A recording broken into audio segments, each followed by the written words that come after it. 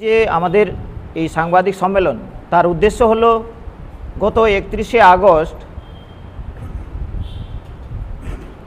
প্রাক্তন এই ত্রিপুরা রাজ্যের মুখ্যমন্ত্রী সিপিএমের নেতা মানিক সরকার মহাশয় আনন্দমার্গকে সন্ত্রাসবাদী সংগঠন বলে এক জনসভাতে প্রচার করেছেন। তা কোনো মতেই মেনে নেওয়া যায় না, তা কোনো মতেই সত্য না। একটা অসত্যকে তিনি সবার সামনে তুলে ধরেছেন, তারই প্রতিবাদে আমাদের এই আজকের এই সাংবাদিক সম্মেলন। তো অ্যাকচুয়ালি আমরা এই সাংবাদিক সম্মেলন করে মানুষের সামনে সত্যটা তুলে ধরতে চাই যে সন্ত্রাসবাদী কারা।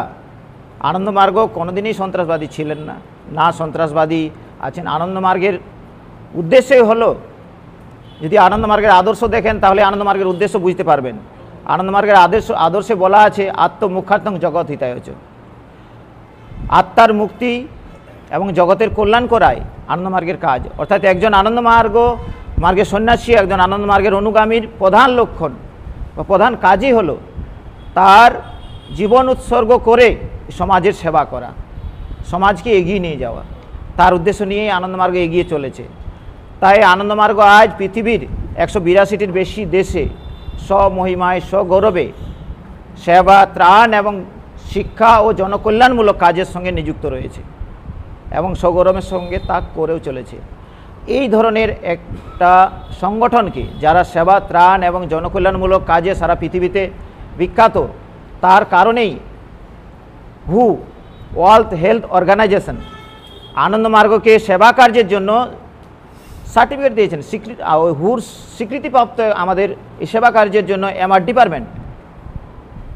আর কি না, এই আনন্দমার্গ হচ্ছে এমন একটা সংগঠন যাকে ভারতবর্ষের সর্বোচ্চ আদালত সুপ্রিম কোর্ট একটা সামাজিক ধর্মীয় সংগঠন হিসাবে সার্টিফিকেট দিয়েছেন, স্বীকৃতি দিয়েছেন। সেই সংগঠনকে সিপিএমের এই একজন বয়স্ক, একজন বরিষ্ঠ নেতা কিভাবে সন্ত্রাসবাদী বলে আখ্যায়িত করেন? যারা সারা জীবন এই সন্ত্রাসবাদের কাজ করে গেছে তাদের মুখে আনন্দমার্গকে সন্ত্রাসবাদী বলা মানায় না, তার বলার কোনো অধিকারই নেই। কেন কি, এই সিপিএমই হলো এমন একটা দল বা পার্টি যাই বলুন, যারা এই ভারতবর্ষে আনন্দমার্গের সবচেয়ে বেশি ক্ষতি করেছে। তার হিসাব যদি আপনারা একটু ইতিহাস ঘেঁটে দেখেন বুঝতে পারবেন। 1982 সালের 30শে এপ্রিল কলকাতার বিজন সেতুতে আনন্দমার্গের 17 জন এই আমাদের মতো সন্ন্যাসী এবং সন্ন্যাসিনী দিদি ছিলেন, যাদেরকে নির্মমভাবে দিবালোকে জ্বলন্ত পুড়িয়ে পিটিয়ে গরম রড ঢুকিয়ে হত্যা করেছিলেন। আমাদের যে হেডকোয়ার্টার পুরুলিয়ার আনন্দনগরে অনেক সন্ন্যাসী হতে হলে তাদের মধ্যে একজন কৃষি বিজ্ঞানী ছিলেন, যে কৃষিকে নিয়ে কিভাবে উন্নতভাবে মানুষ এগিয়ে চলবে তার রিসার্চ করছিলেন। সেই রকম একজন সন্ন্যাসী সহ বহু সন্ন্যাসীকে তারা বারে বারে হত্যা করেছেন। আর এই যদি ত্রিপুরার কথা বলেন, ত্রিপুরাতে আজকে আমরা যে আশ্রমে দাঁড়িয়ে আছি, আজকে আমরা যে আশ্রমে আপনারা আজকে এসে আছেন, এই আশ্রমকে দুইবার এই সিপিএমের সন্ত্রাসবাদ বা এই সিপিএমের সন্ত্রাসবাদীরা দুইবার পুড়িয়ে ছাই করে দিয়েছিলেন। আর আপনারা তো সাংবাদিক ভাইয়েরা যারা আছেন, আপনারা পরিষ্কার জানেন যে আজকের যে কথাটা আমি বলছি এটার প্রুফ আপনাদের কাছে অনেক আছেন। সিপিএম আমলে বহু যারা সিপিএম বিরোধী ছিলেন তাদের বহু বিরোধী নেতা থেকে শুরু করে বিরোধী মানুষকে বহু জায়গায় হত্যা করেছেন, নর্থ ত্রিপুরা থেকে শুরু করে সাউথ ত্রিপুরা পর্যন্ত। তার এরকম অনেক প্রমাণ আপনাদের কাছে আছেন, আর এই ব্যাপারে বলছি না। কিন্তু কোন অধিকারে মানিক সরকার, শ্রদ্ধেয় প্রাক্তন মুখ্যমন্ত্রী এই রাজ্যের, কি করে বললেন যে আনন্দমার্গ সন্ত্রাসবাদী? একটাও তার প্রমাণ দিতে পারবেন না উনি যে আনন্দমার্গ সন্ত্রাসের কোনো কাজ করেছে।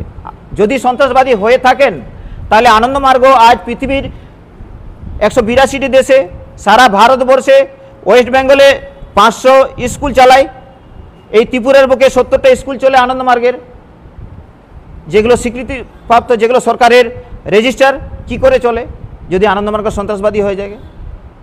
তাহলে তো আর সন্ত্রাসবাদী হলে ধীরে ধীরে একদিন শেষ হয়ে যেত।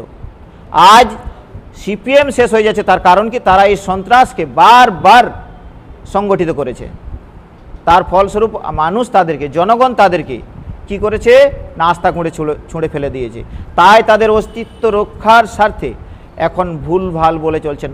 আজ যে বরিষ্ঠ নেতা, সিপিএমের যে বরিষ্ঠ নেতা যে কথা বলেছেন, সেটা যদি কোনো শুভবুদ্ধি সম্পন্ন মানুষ শুনে থাকেন বা এটা যদি শুনেছেন, যে কেউ বলবে যে উনার মানসিক ভারসাম্যহীনতা এসেছে, তার মানসিক ভারসাম্য ঠিক নেই। তাই আনন্দমার্গের মতো সংগঠনকে এরকম কথা বলতে পারেন।